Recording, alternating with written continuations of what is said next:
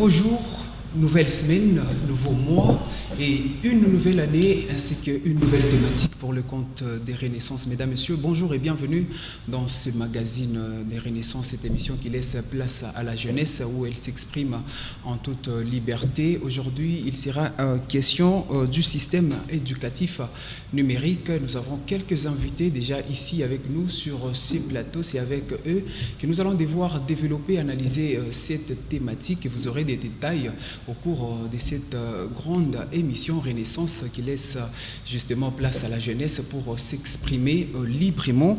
J'ai l'honneur de recevoir Carmel Léa, elle est licenciée en droit à l'université de Lubumbashi. Carmel, bonjour et bienvenue dans Renaissance. Bonjour Monsieur Gaël, bonjour chers co-débatteurs, ainsi que nos fidèles téléspectateurs qui nous suivent dans les 7 communes qui renferment la ville de Lubumbashi. On espère que vous êtes prêtes à en découler vos idées face à cette grande thématique qui fera couler salive et encre sur ces plateaux et pour nos téléspectateurs jeunes que nous suivons en ce moment. Évidemment, nous sommes là pour ça. Voilà, merci beaucoup. Eli Dikebele, il est juriste et chercheur en art oratoire. Il est aussi avec nous sur ces plateaux. Eli, je te dis bonjour et bienvenue dans Renaissance. Bonjour très cher. Sentez-vous également saluer en retour. Merci. Et tu es en bonne santé, je pense. Justement, l'Éternel ne cesse de mettre à notre disposition ce merveille. Donc, si tu es prêt à avancer tes idées face à cette Justement, thématique. tout à fait.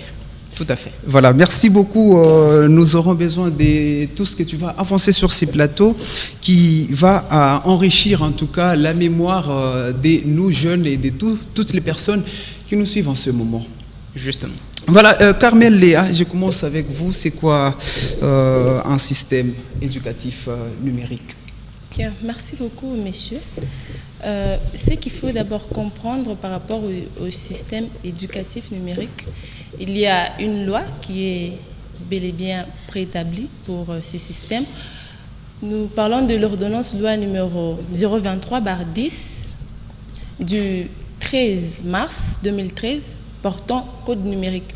Là, on définit un système numérique ou le code numérique, parce que c'est de là que nous ressortissons également le système éducatif. Là, on définit le contenu du numérique comme un système de données, des applications informatiques, de fichiers qui peuvent être sous forme de vidéos, de textes ou des écrits numériques.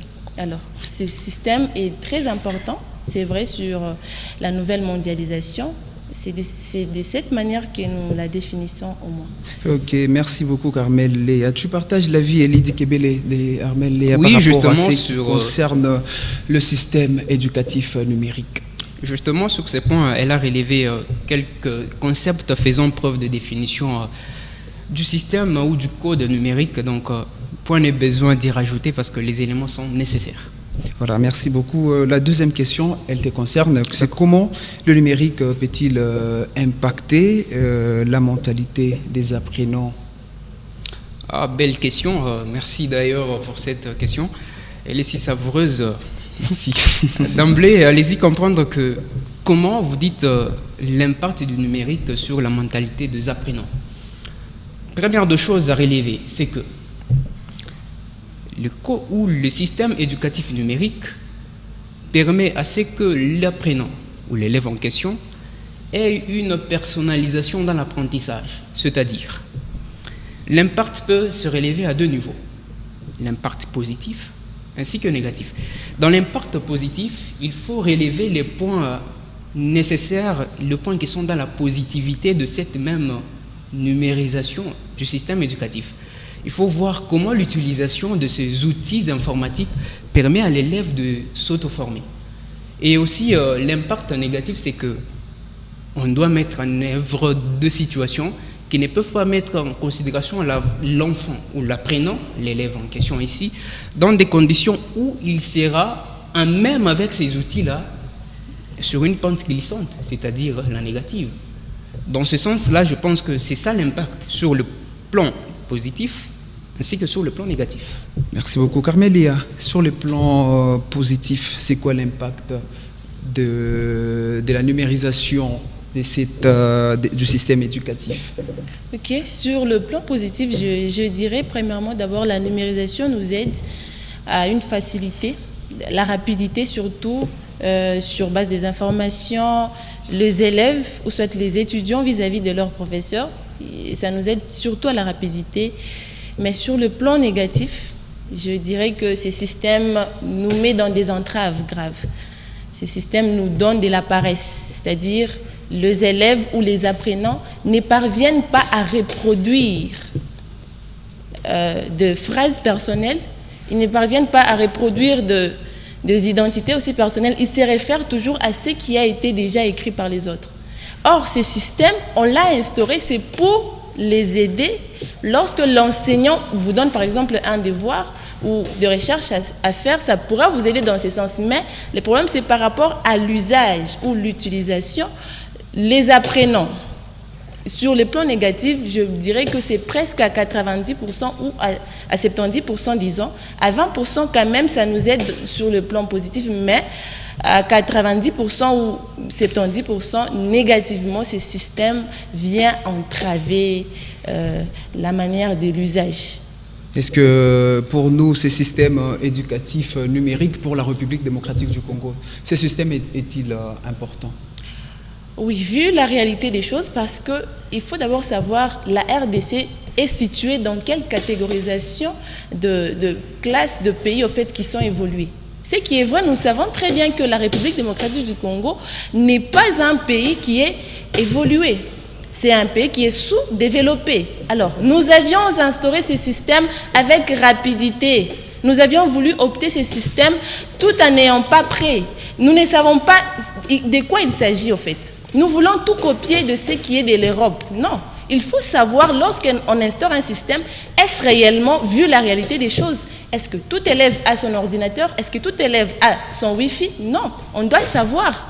Moi, je crois que ce système, vu la réalité des choses et notre pays, ça ne nous apporte pas une totalité de l'impact. Certes, nous sommes dans la nouvelle technologie, au fait, au XXIe siècle, les gens peuvent le dire, mais je ne suis pas totalement d'accord avec ce système pour l'éducation. Parce qu'aujourd'hui, nous constatons que les apprenants n'ont pas même le temps d'aller dans des bibliothèques. Pourquoi? Parce que je peux faire des plagiats et tout. Et nous savons nous-mêmes des conséquences qui arrivent. Le problème, c'est par rapport à l'usage. Comment nous utilisons ces systèmes? Si nous utilisons ces systèmes bien, vous allez comprendre que ça sera un bon système pour nous. Si nous utilisons mal ces systèmes, je dirais que je suis totalement contre par rapport à ces systèmes. Monsieur Gaël, j'insiste, c'est sur le simple fait de vous dire que le pays, la RDC, c'est un pays qui est sous-développé, nous le savons très bien. Nous nous battons, c'est vrai, pour être développé. Mais suite aux réalités, ces systèmes ne nous apportent pas de points positifs totalement à 100%. Nous sommes dans une réduction et on doit se battre en fait par rapport à cette intelligence artificielle. Si on essaie de vous comprendre, Carmel, Léa, donc vous n'êtes pas d'accord, totalement d'accord avec ces systèmes pour la République démocratique du Congo, parce que ça détruit la jeunesse, ça rend la jeunesse paresseuse. Monsieur Gaël, moi je suis réaliste, j'aime répondre d'une manière réelle. Je ne veux pas vous donner des réponses d'une manière virtuelle. J'aime la réalité des choses. Aujourd'hui, nous avions constaté, il y a quelques réseaux TikTok et consorts, on a bloqué. Pourquoi? Parce que le temps pour l'apprenant d'apprendre, parce qu'on vous a donné les téléphones, on vous a confié peut-être pour chercher des textes ou soit vous informer, mais nous constatons que les élèves ou les étudiants s'informent seulement, à savoir les TikTok et d'autres réseaux.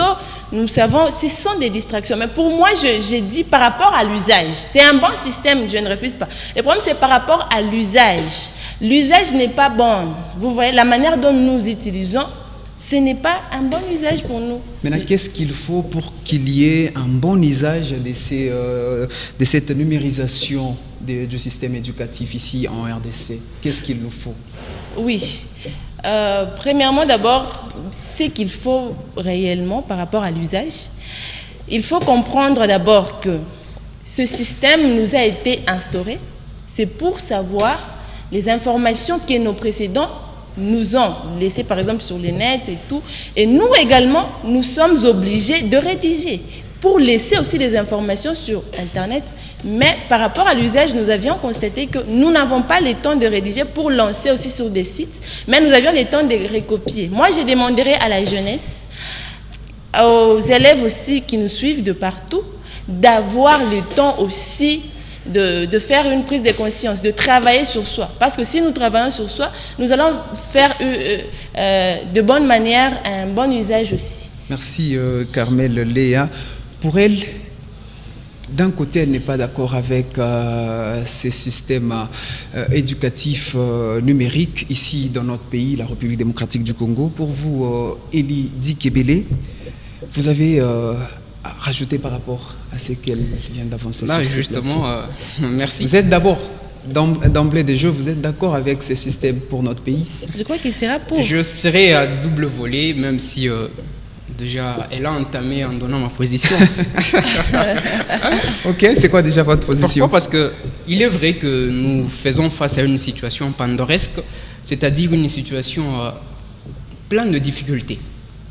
Il est vrai, mais n'oublions pas un autre aspect, c'est que il y a un adage qui dit, avant de continuer, c'est en forgeant qu'on devient forgeron. Justement, vu l'évolution de la technologie, bien que nous sommes un pays sous-développé, cela ne nous contraint pas à ne pas appliquer la numérisation. Non, ce n'est pas vraiment le cas. Allez-y comprendre. Un exemple très banal. Je suis là, je n'ai rien. On me demande, Elie, tu peux prendre rendez-vous avec un médecin à partir d'un site web. Nous sommes dans un pays sous-développé, n'est-ce pas? C'est ce qu'elle a épilogué. Oui. Mais moi qui ne sais comment prendre ce rendez-vous sur les sites web, est-ce que je resterai dans mon coin parce que nous sommes dans un pays sous-développé? Non, je dois demander de l'aide à celui qui en connaît, de me donner certains éléments qui peuvent faire en sorte que je puisse accéder à ce site web. Elle a soulevé le point de l'utilisation par certains élèves, certains apprenants. Il est vrai, oui, d'une part, je la donne quand même raison, parce que l'utilisation des outils informatiques portant la numérisation, certains apprenants, certains élèves utilisent cela à des fins si personnelles mais nuisibles. Ce qui sous-entend, dans des bibliothèques, lorsque vous vous y rendez, vous ne trouvez catégoriquement pas de personnes. Et majoritairement, des enfants, il n'y a plus. Pourquoi? Parce que le téléphone, les ordinateurs, les iPads ont remplacé le livre. Mais c'est inadmissible. Allez-y comprendre. Certes, nous sommes dans un pays sous-développé, mais cela n'exclut pas l'adoption des outils technologiques. Tout à fait.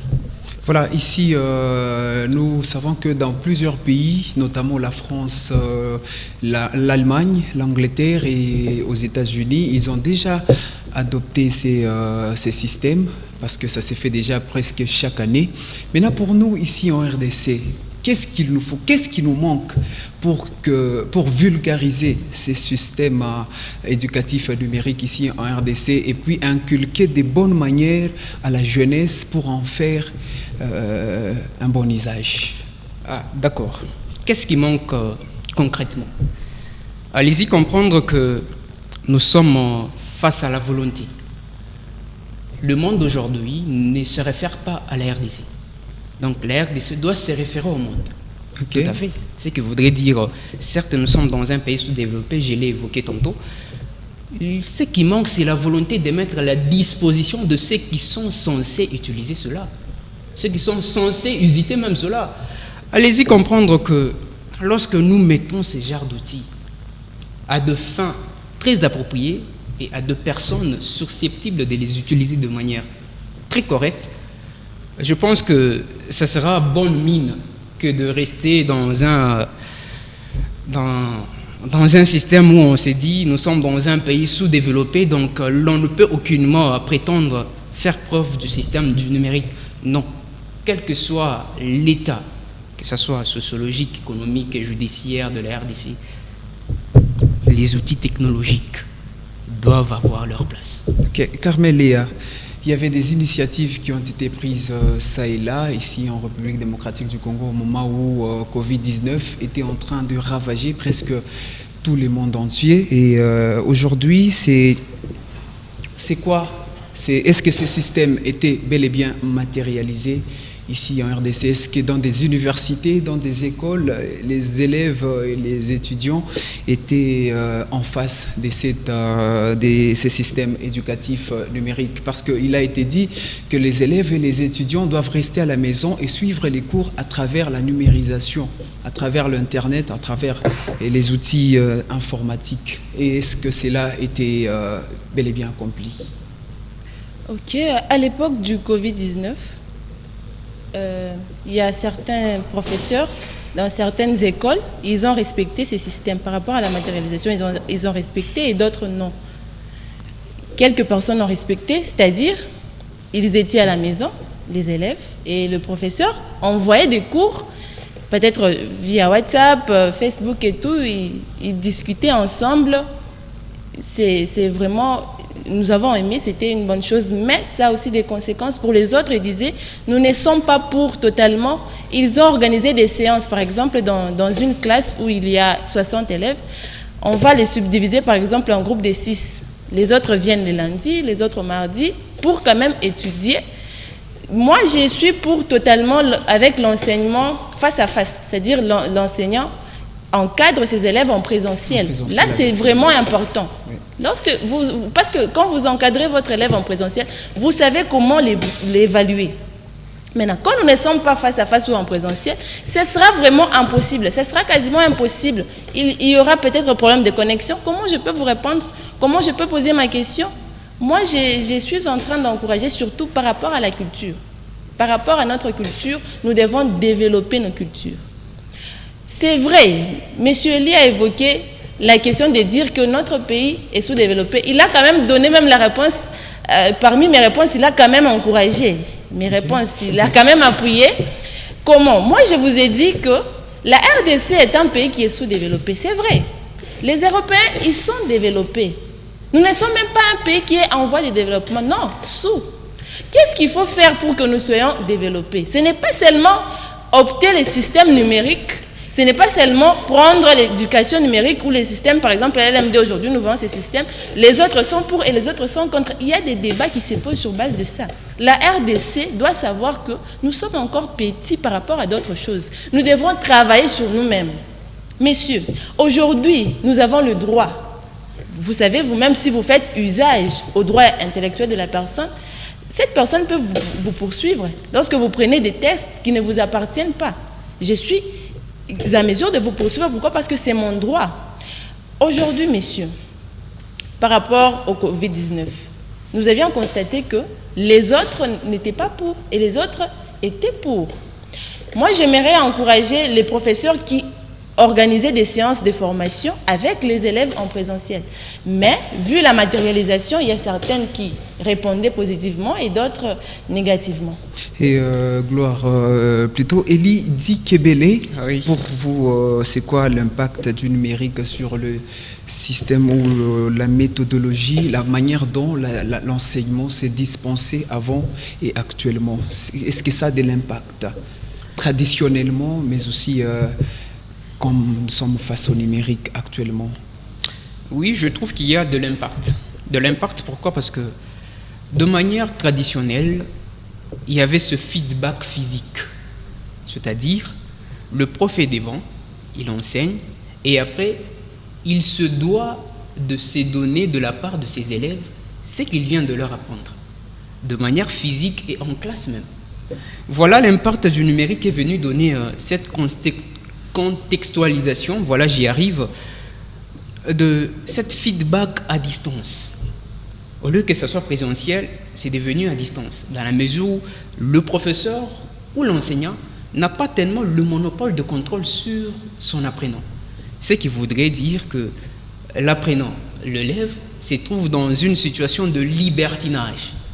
Le prof pensera que non, je suis en train de donner des instructions à mon élève, mais voilà, l'élève s'est déjà connecté, mais ne suivant pas de cours.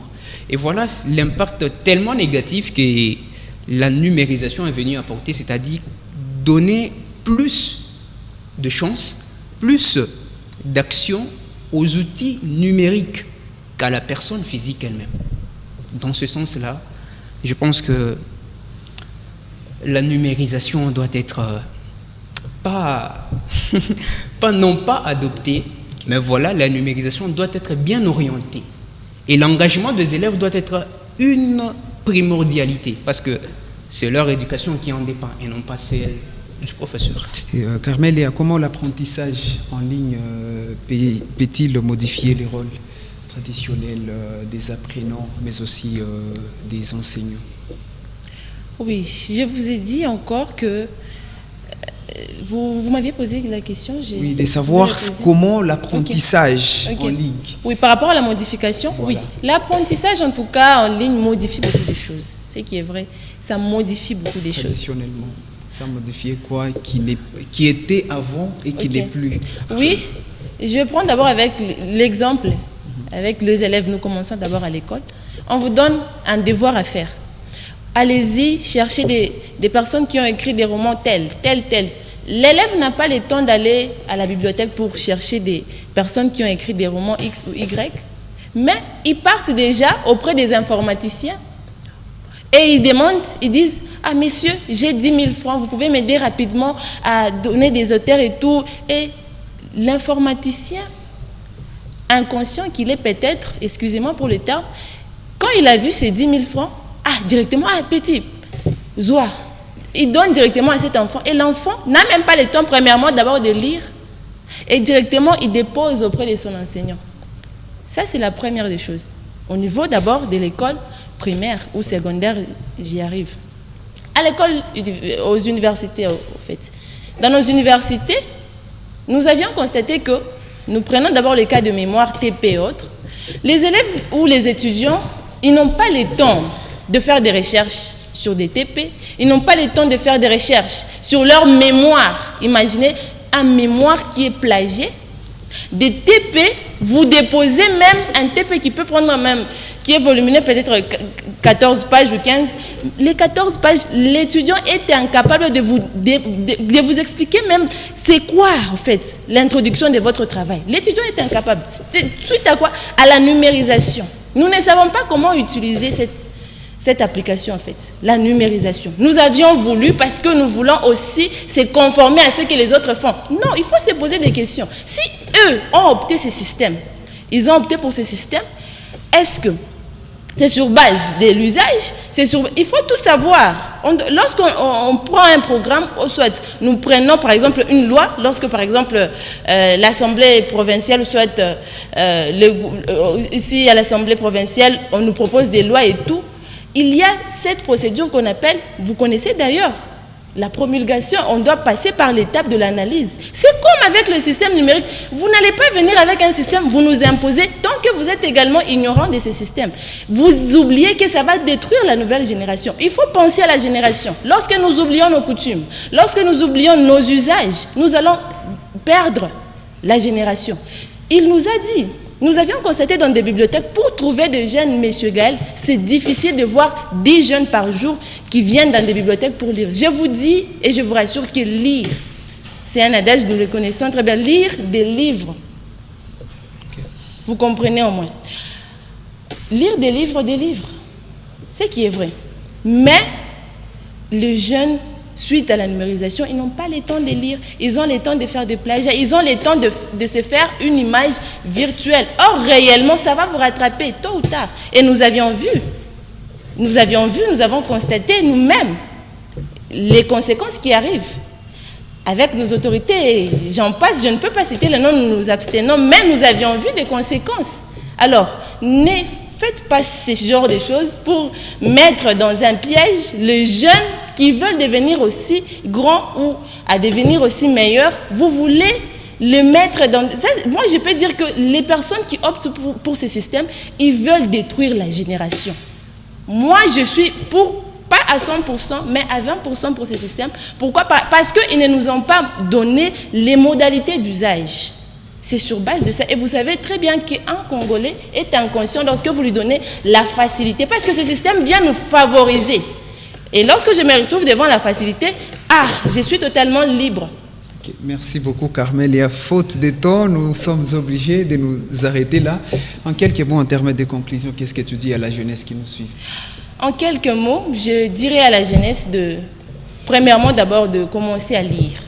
faut lire. Et deuxièmement, je vous conseillerais de ne pas prendre tout ce que l'Internet vous présente parce qu'il y a des fausses informations, des vraies informations. Et aussi de prendre conscience de votre futur. Parce qu'on ne peut pas tout prendre. C'est vrai, ce système nous aide, mais il faut savoir comment utiliser ce système numérique. Merci beaucoup, Carmel Léa. Et Elie Dikebele, en quelques mots en termes de conclusion.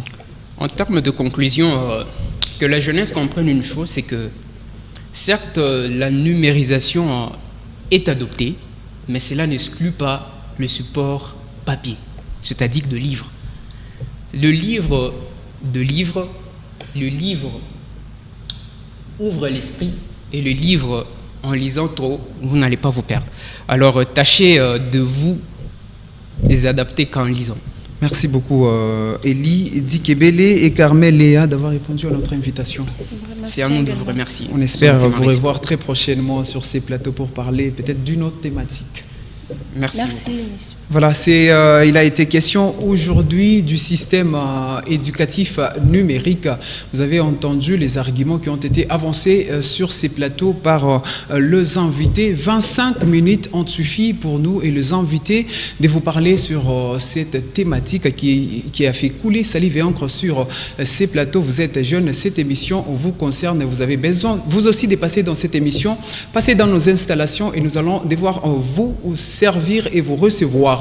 Et par ici prend fin cette émission sur Okatongasi Territoire. Ça a été un plaisir pour moi de vous savoir. C'était très nombreux à nous suivre sur la télévision au-delà de l'imagination. Nous allons devoir vous retrouver très prochainement avec la même détermination de toujours bien vous servir. D'ici là, portez-vous bien et à très vite.